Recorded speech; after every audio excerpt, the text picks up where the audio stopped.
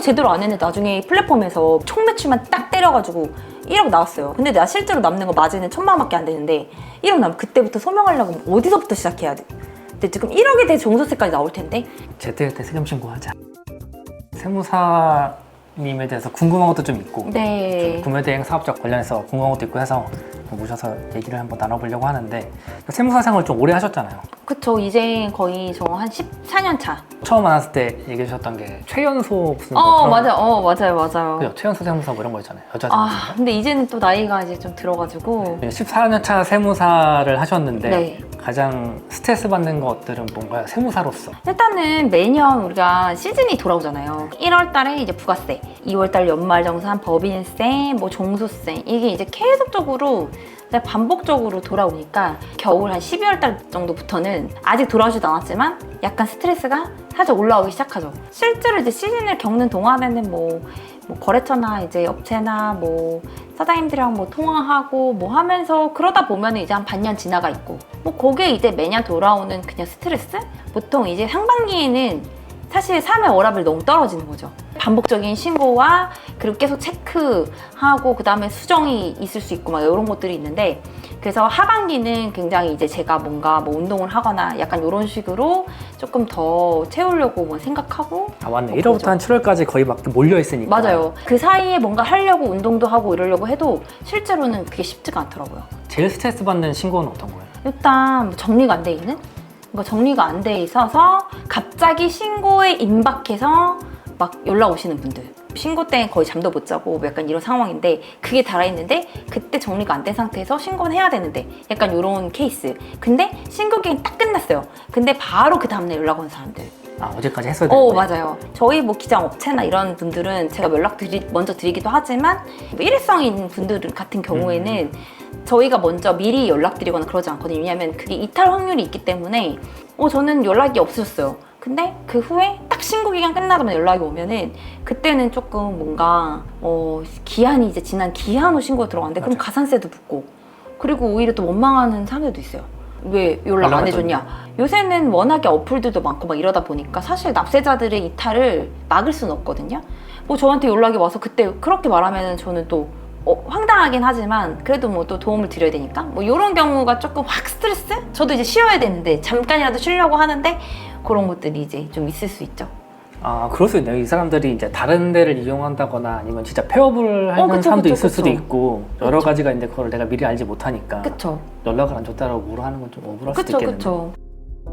사실 저는 계속 반복된 일이지만 납세자들이나 신규 사업자 같은 경우는 막 이것저것 날라오면 해야 되는 건 아는데 그래 뭐 기간 남았으니까 뭐 그냥 둬야지 하다가 갑자기 이제 지났는데 다음날 갑자기 막 화들짝 놀래가지고 막 연체료 내고 막 약간 이런 케이스처럼 뭐 세금 신고도 본인이 잘 알고 일단 신고에 대한 약간 그런 이행식이 확실하게 있어야죠. 사업자 같은 경우라면. 두 가지 경우를 생각해 볼게요. 네. 하나는 예를 들어서 부가세야. 네. 25일까지 해야 돼. 네. 근데 25일 날 갑자기 연락 오는 사람. 네.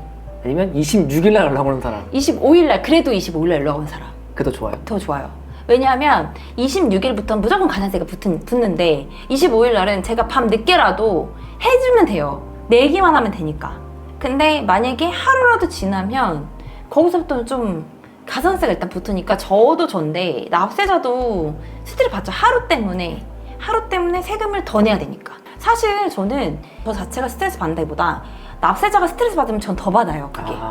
왜냐면 저는 세무 대리인이고 도움을 주고 싶은 역할을 하는 건데 그 사람들이 뭔가 제가 눈앞에 놓치는 거 있잖아요. 막 우리 그런 거 있잖아요. 눈앞에 이익을 그대로 놓치는 것처럼 이 사람이 잘못된 거를 내가 옆에서 지켜보고 그거에 대해서 도움을 준다고 하더라도 그게 이제 최소한의 역할인 거지. 사실 뭐 법을 우리가 어겼다고 해서 그거를 제가 도움을 조금이라도 줘서 그걸 형량을 낮춰주는 약간 역할을 하는 거지 그 자체가 없어지지 않잖아요. 뭐 그럴 때 오히려 좀 스트레스 받는? 뭐 세무조사도 마찬가지. 조사를 막 업체가 받게 됐다. 털어서 먼지 안 나오는 사람 없잖아요. 그 사람 무조건 어쨌건 내긴 내야 되잖아요. 그럼 저도 최소한 역할을 해주는 거고 그렇지만 어쨌건 주문해서 돈이 나가는 거는 명확한 사실이니까 뭐 그럴 되게 때는 인간미 있는 세무사네. 어떻게 보면 나랑은 별로 상관없는 거잖아. 근데 이제 아무래도 사명감 같은 건 있죠. 저도 이제 10년 막 넘고 이러니까 내가 뭐 세무사로서의 역할을 할 때 사전 컨설팅을 통해서 한 분들은 조사가 나와도 사실 저도 자신이 있어요. 미리 뭔가 준비를 해놨다는 걸 알기 때문에.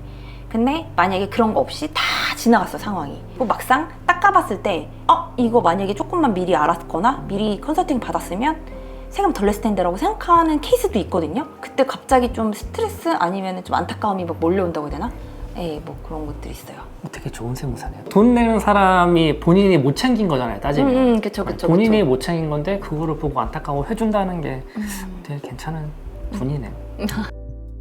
국매대행 하시는 분들에서 이제 탈세를 시도하는 사례 같은 게 있나요? 가장 많은 게 그거죠. 구매대행도 이제 굉장히 좀 오래된 이제 업이 됐잖아요. 정말 사실 열에 한둘 정도 성공한다?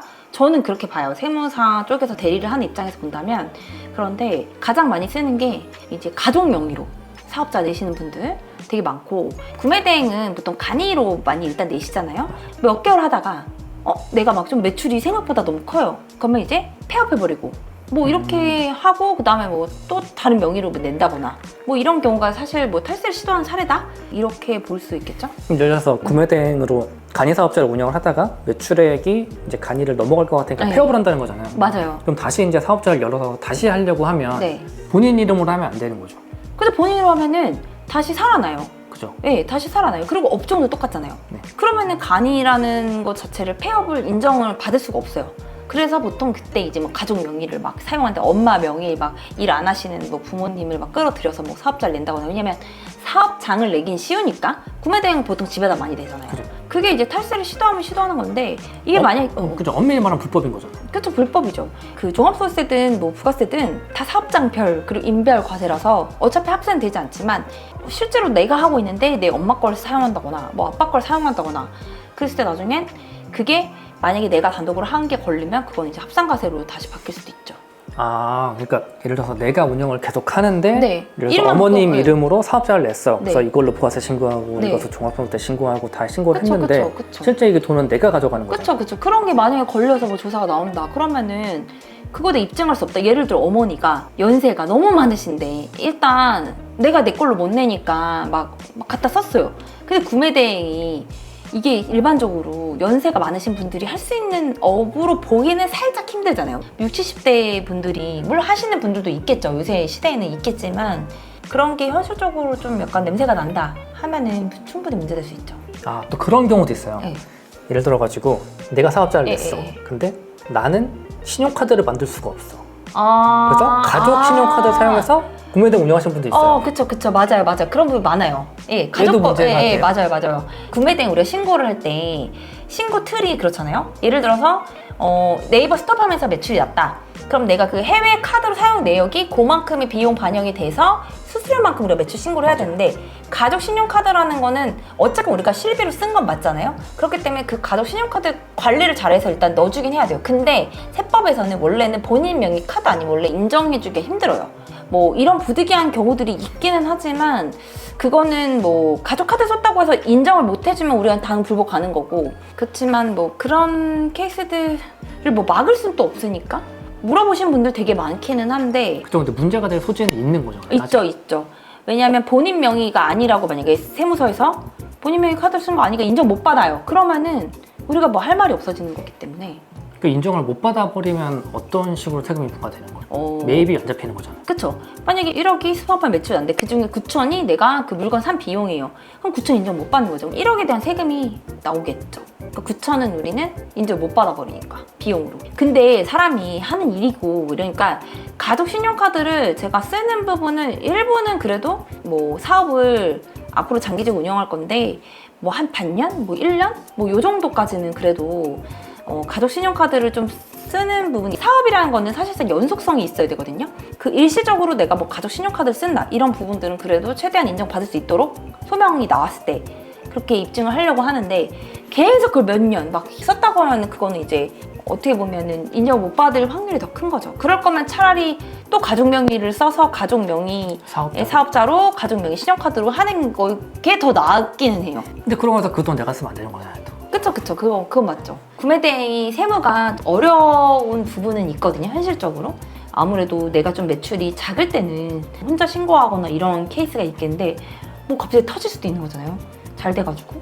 뭐 이럴 때는 그래도 좀 세무 대리인랑 좀 상의해가지고 가장 좋은 방향으로 결정하는 게 좋죠. 근데 만약에 그런 식으로 운영하다가 세무서에서 연락이 왔다. 그럼 세무사님 찾아가야 돼요. 혼자는 좀 쉽지 않지 않을까요? 당연히 어렵겠죠. 그쵸. 내가 이래서 그랬어요라는 걸 주장하기가 쉽지가 않다. 그쵸. 세무사님의 도움 받는 게 솔직히 낫긴 낫겠네요. 그쵸. 뭐가 걸렸을 때는 그래도. 구매대행 하시는 분들 요즘에 프로그램 쓰시는 분들은 사업자를 막 30개, 40개 내는 사람도 있단 말이에요. 그쵸. 이랬을 때 문제점이 뭐가 있을까요? 구매대행이 우리가 막 간이가세로 많이 내잖아요. 그래서 간이가세를 일단 40개를 냈어요. 낼 때는 사실 상관없어요. 왜냐면 우리가 프랜차이즈 카페처럼 생각하시면 돼요. 예를 들어서 A동에다 내고 B동에다 내고 똑같은 업종이고 똑같은 대표자로 낼 수 있잖아요. 스토어팜도 똑같이 낼 수는 있어요. 근데 간이로 막 40개 냈는데 그 중에 갑자기 한 개가 뭐 매출이 엄청 커진 거예요. 그게 만약에 억 단위가 나왔어요. 갑자기 간이에서 일반으로 바뀐 통지를 받았다? 그러면 싹 다 일반으로 바뀌어요. 내가 간이로 지금 낸다고 해도 그게 똑같은 수준으로 관리가 된다고 하면 뭐 리스크는 없겠죠? 근데 만약에 그 중에서 뭐라도 잘 되거나 했을 때 일반으로 바뀌면 싹 40개가 다 변동이 되는데 그럴 때 부가세 부담이 엄청 커지겠죠. 그럼 예를 들어서 간이가세자가 30개인데 이 30개가 다 간당간당한 간이사업자여가지고 다 예를 들어서 세금을 거의 안 내고 있었단 말이에요? 네.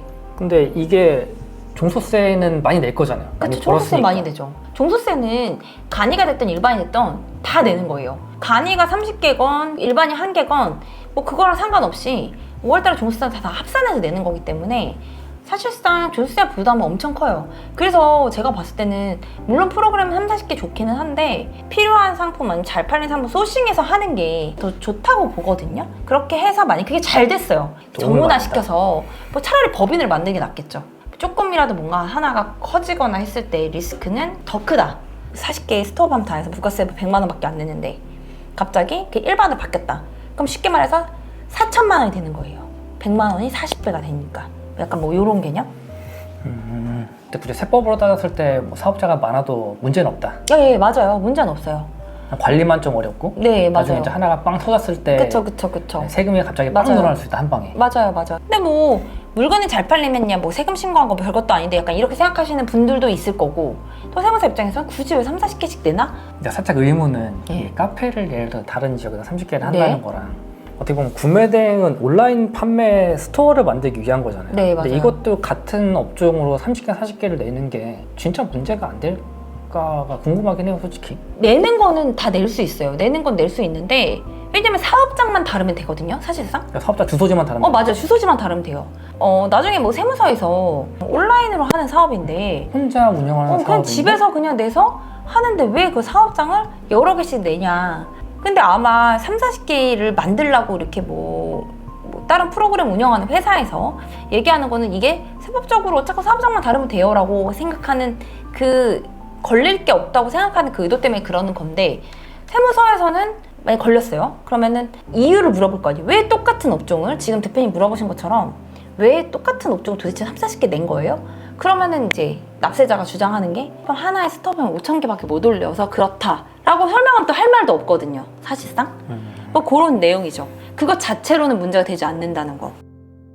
세금 신고를 간이가세자들 경우에 안 하시는 분들도 있다면서요. 코로나 때문에 간이가세 기준이 되게 많이 올라갔거든요.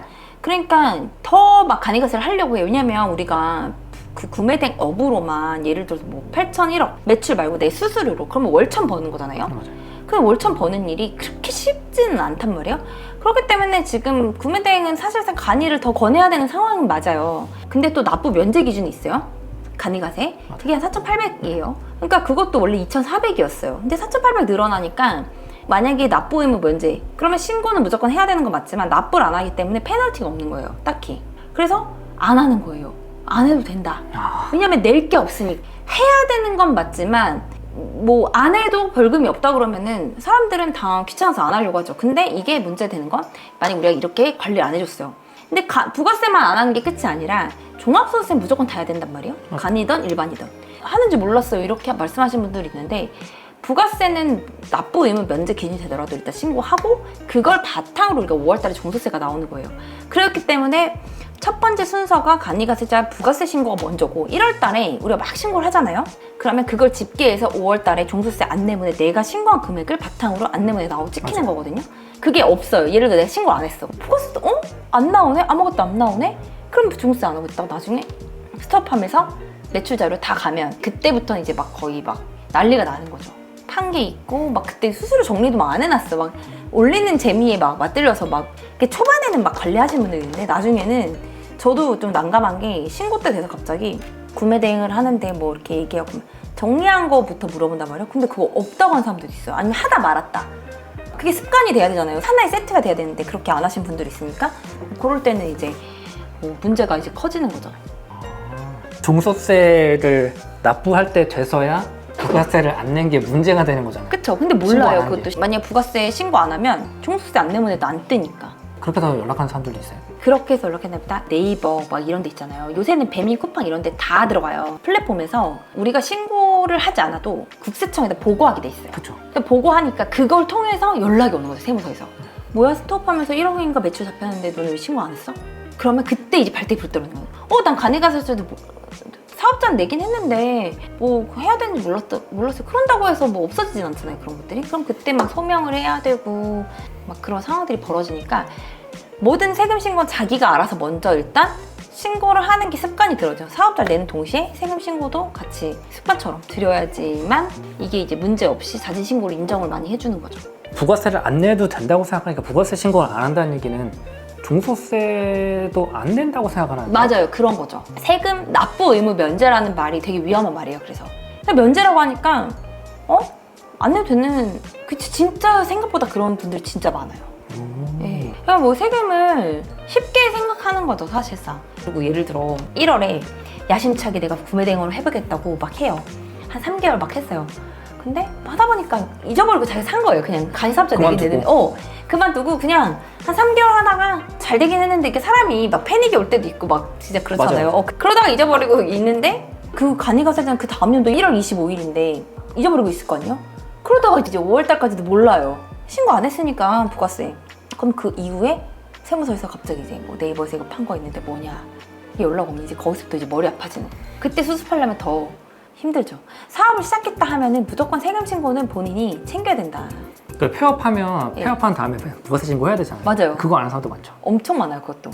그거는 기장하는 업체 아니면 진짜 체크하기 힘든 게 폐업하고 정말 그 다음 달 25일까지 무조건 부가세 신고를 해야 되는데 폐업을 하면 끝난다고 이제 생각하는 분들이 많아서 내가 1월부터 3월까지 했는데 3월 말에 그냥 종료를 했어요. 그럼 무조건 4월 25일까지는 내가 1월부터 3월까지 한 부분에 대해서는 신고는 해줘야 돼요. 무조건. 근데 너무 놓치는 사람 많죠. 부가세를 안 내니까 종소세도 안 된다고 생각했다는 게 왜냐하면 부가세를 신고 안 하니까 종소세 안 뜨니까. 안 뜨니까 안 뜨죠. 신고를 안 했으니까 안 뜨는구나. 왜냐면 종소세 나오는 거는 우리가 부가세 신고서를 바탕으로 나오는 거잖아요. 맞아. 근데 신고를 안 했어. 근데 스톱하면서 연락 가는 거는 그 부가세 신고 때까지 연락이 안 가요. 네이버에서도 매달 수수료에 대한 거 내잖아요. 국세청에다가 자료 제출할 거 아니에요. 매달 내지 않아요. 거의 거기도 연말에 신고 때 이렇게 떴다고 해서 세무서에서 는 했네 안 했네를 비교 분석은 당장은 하자. 자진 신고 기간까지 좀 기다려주기도 하고 이후에 거의 한 적어도 빨리 터지면은 예를 들어서 내가 이제 작년에 사업을 했고 올해 5월까지 아무것도 안 했어요 신고. 그러면은 빨리 터지면 한 그 해 9월 뭐 하반기 정도 이 정도 되는 거죠. 근데 뭐든 마찬가지예요. 모든 신고는 세금은 웬만하면 자진 신고를 인정해줘요. 웬만하면. 근데 기한이 넘거나 아니면은 안 했거나 이랬을 때는 너무 커요. 우리나라가 그게 되게 세요. 페널티가. 뭐 요새 1인 사업자 얼마나 많아요. 예전에 사업은 격리도 있고 막 다 분야가 다 있었잖아요. 그러니까 격리는 항상 기본이었잖아요. 거의. 1인 사업자라는 개념이 나온 게 과거 10년 전후인 것 같은데 그럴 때는 세금 신고가 너무 당연했던 건데 지금은 막 내가 막고 뭐 이것저것 챙기기도 바쁜데 세금 신고 놓치는 사업자들은 정말 많다는 거죠. 그러니까 국세청에서 이제 카톡도 보내고 뭐 그렇게 해서 막 전자신고를 막 종용하고 막 이러긴 하는 시스템인데 그러니까 어플이 이번에 나오면서 사실 저희가 세무업계는 굉장히 위협을 받긴 했으나 저는 또 조금 긍정적인 시각은 그 어플로 인해서 사람들의 세금에 대한 인식이 좀 더 강화되고 해야 된다는 약간 그런 인식이 많이 커졌다는 거? 그 부분에 있어서는 문화적으로는 좋다고 생각을 해요. 받는 돈을 받을 수 있다는 어느 정도의 좀 기대 심리도 있겠지만 그걸 안 했을 때에 대해서 그 페널티는 저희가 세무사들이 계속 알려줘야 되는 역할이라고 생각을 하거든요. 이제 신고는 꼭 해야 된다. 예, 그게 이제 아무튼 부가세 신고 무조건 해야 되고 그쵸. 종소세 신고 그걸 꼭 해야 바탕으로 한다. 우리가 종소세 나오니까. 예. 부가세신고 제대로 안 했는데 나중에 플랫폼에서 총 매출만 딱 때려가지고 1억 나왔어요. 근데 내가 실제로 남는 거 마진은 1,000만 원밖에 안 되는데 1억 나면 그때부터 소명하려고 어디서부터 시작해야 돼? 근데 지금 1억에 대해 종소세까지 나올 텐데 그러면 힘들어지죠. 막막한 거죠. 제때 세금 신고하자. 구매대행업은 특히 요즘에 네. 부업을 하시는 분들이 많다 보니까 네. 회사를 다니면서 하거나 아니면 공무원이거나 이런 사람들도 막 그렇죠. 부업으로 사업자를 내잖아요. 맞아요. 항상 궁금해하는 게 걸릴까봐.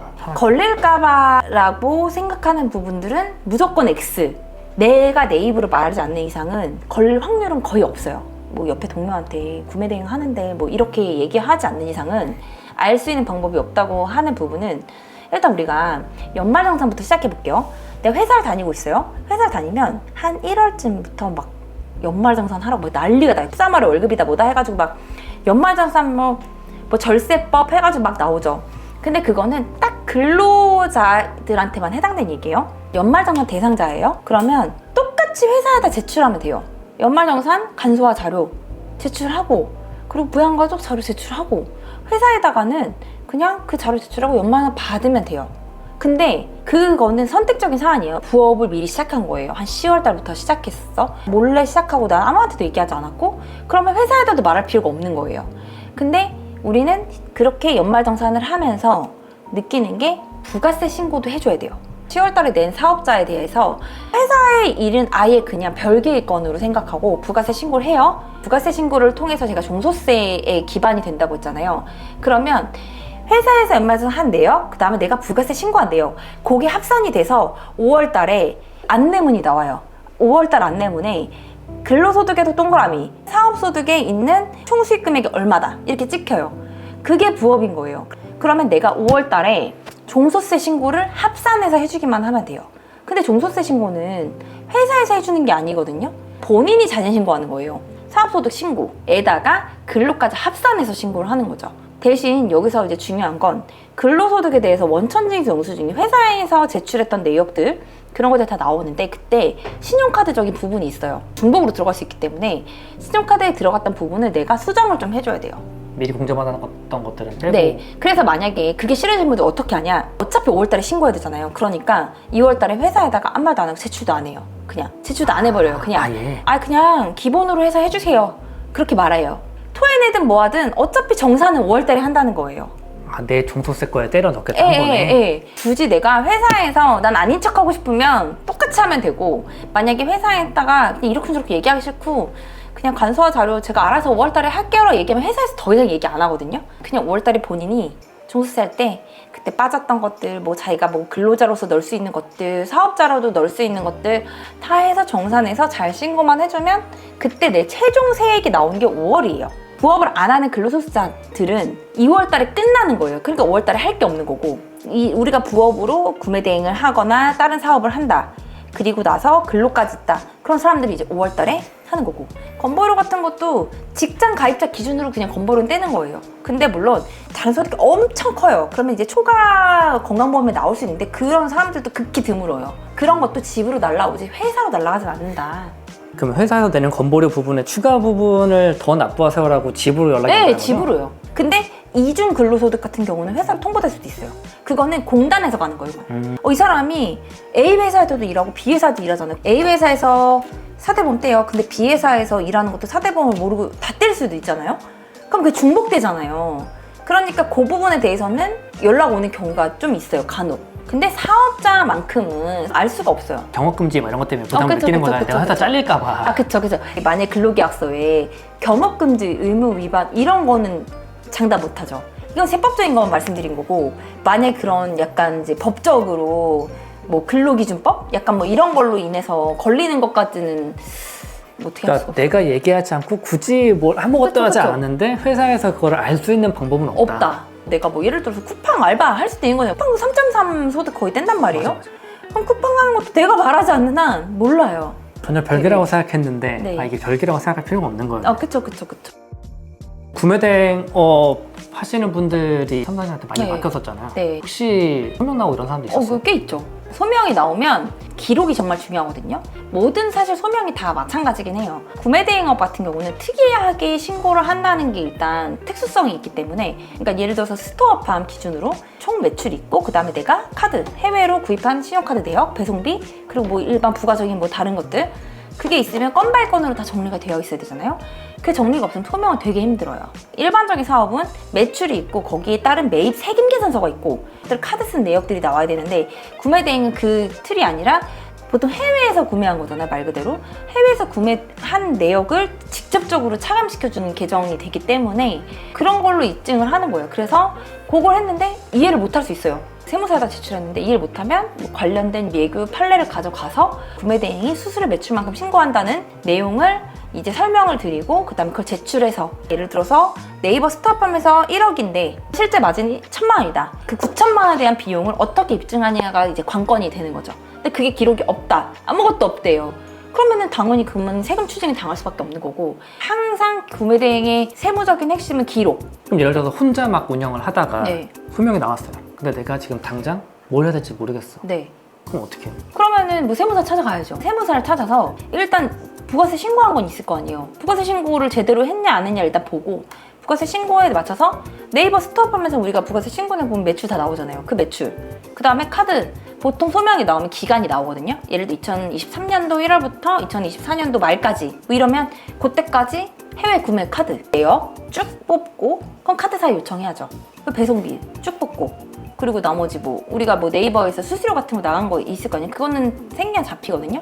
그러면 실제로 그런 자료를 제출하면 정확히 어떻게 돌아가는지 모르겠지만 카드 사용 내역 제출하고, 내가 그동안 판매 내역 작성해 놓은 거 제출하고, 배송비 내역 제출했는데 예를 들어가지고 뭐 3월 7일 날 주문한 내역들을 쭉 뽑아서 봤을 때 그 카드 사용 내역이랑 이렇게 원단 이런 것까지 비교를 하는 거예요.